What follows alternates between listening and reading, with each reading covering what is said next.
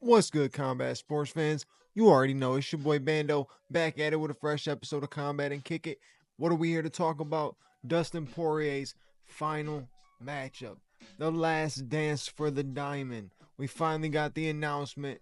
Dustin Poirier is taking on Max Holloway for his final fight. So let's talk about it. Let's get into it. Let's smoke.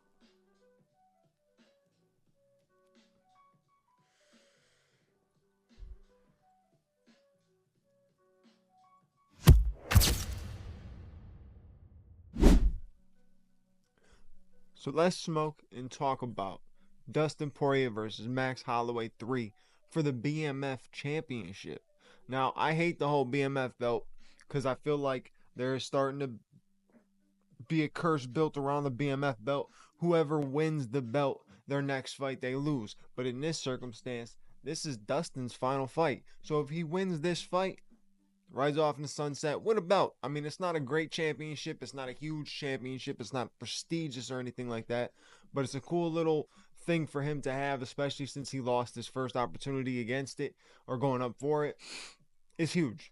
It's huge. It's a huge matchup. It really is. If you look at it for your final matchup, you're going up against Max Holloway. Now, there's obviously so much history with that matchup and everything like that. Max Holloway's debut in the UFC was Dustin Poirier, and Dustin Poirier's final matchup is going to be Max Holloway. And I had a feeling that a lot of people, like, I kept seeing rumors and stuff like this. A lot of people kept talking about this being a potential matchup for Dustin's final, and it makes the most sense. The only other thing, like the only other option would have been Justin, and I think Justin's looking to work one more fight to get to that opportunity to get to the belt again.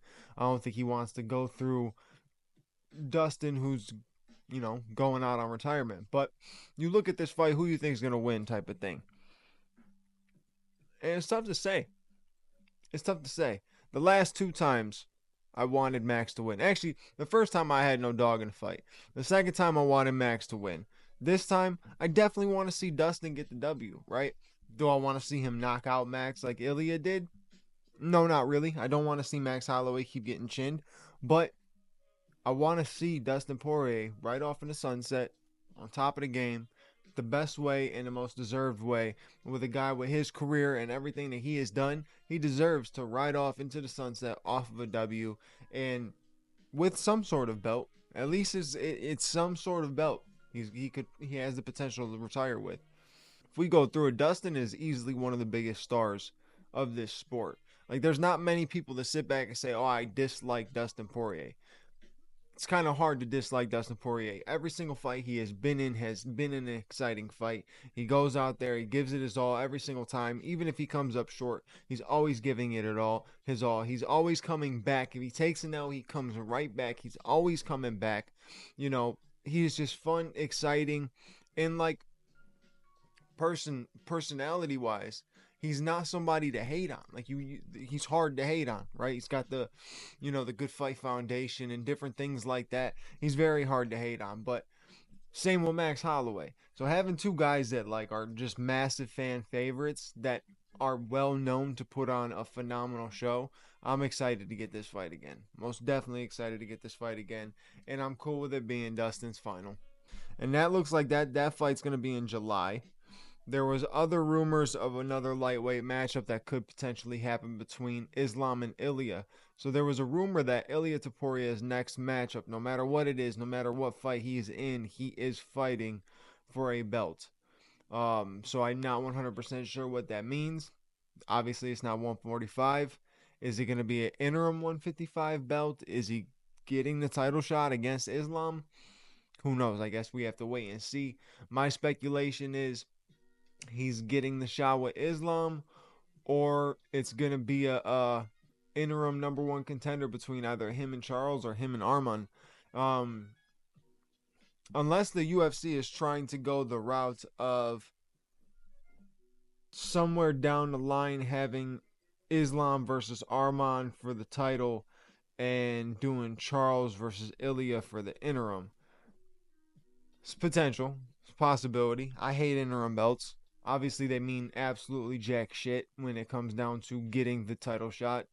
Example, Tom Aspinall, John Jones, but we know how that goes. Um, I think if you get an interim championship and you win the interim championship, you are number one contender. There is nobody that should ever be in front of you. You are literally holding a belt while there is another guy at the top of the division holding a belt as well. You have to collide. There's no reason to not collide. So I hate interim belts if you don't run it properly. But I also don't feel like, sometimes I feel like UFC just forces a belt into place. Like, I feel like Ilya Taporia and Charles Oliveira could be a fantastic main event, fantastic co-main event on a huge card. What's wrong with that being the co-main event to the main event of Islam and Arman? Obviously, the matchup's not as big. I get that, but you're still trying to build a number one contender if you're not trying to give Ilya the title shot right away. You know what I'm saying? So you still have to build a number one contender. It's either going to be him or Charles or him and Arman. I don't know what the plans are. I really do feel like they're going to end up going Islam and Ilya, though. It'd be stupid to not go that route. It's a huge matchup. There's a lot of people that believe that Ilya has a good chance. A lot of people believe that Islam will go out there and just dog walk him. I see it being an extremely competitive fight, to be honest with you. Obviously, Islam is getting better every single time. Like, literally every single fight, he continues to get better. So does Ilya. Ilya's got the punching power, the dangerous punching power, and very skilled grappling. Islam's got the dominant wrestling, but also the clean technical striking. So it's a match made in heaven. I want that one. Fans want that one. That's the only thing that the UFC should make when it comes to having the lightweight championship booking. It should just be Islam Makhachev defending his belt against Ilya Taporia. So with that being said, a whole bunch of lightweight matchups that definitely have some interest, that most definitely interest me.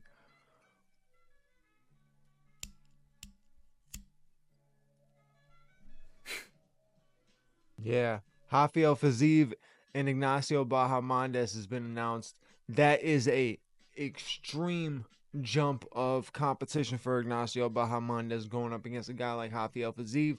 Fiziev badly needs a win. Cannot allow a guy like Bahamondes to come in, take him out, and end up taking his shots in the division. Bahamondes has been making a lot of good statements.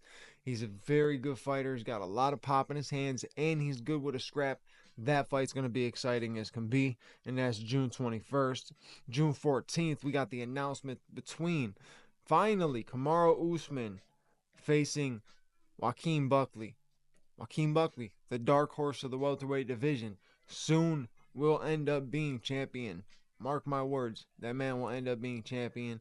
On the same card, you got Rose Namajunas going up against Miranda Maverick. Miranda Maverick finally gets a chance to really prove herself, and Rose always needs a good win.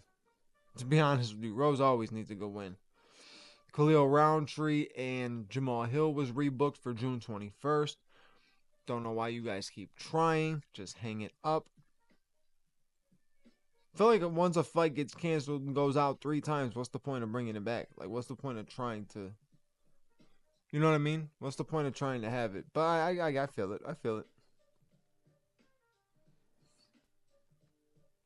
Curtis Blades versus Kuniev. Ulanbekov versus Horiguchi. June's got a lot of fights. June has a lot of fights. Ooh, Vicente Luque and Kevin Holland was added to UFC 316. No shit. Okay. Okay. What else we got?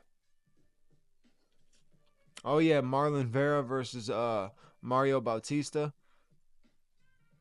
Benoit Saint Denis versus Joel Alvarez.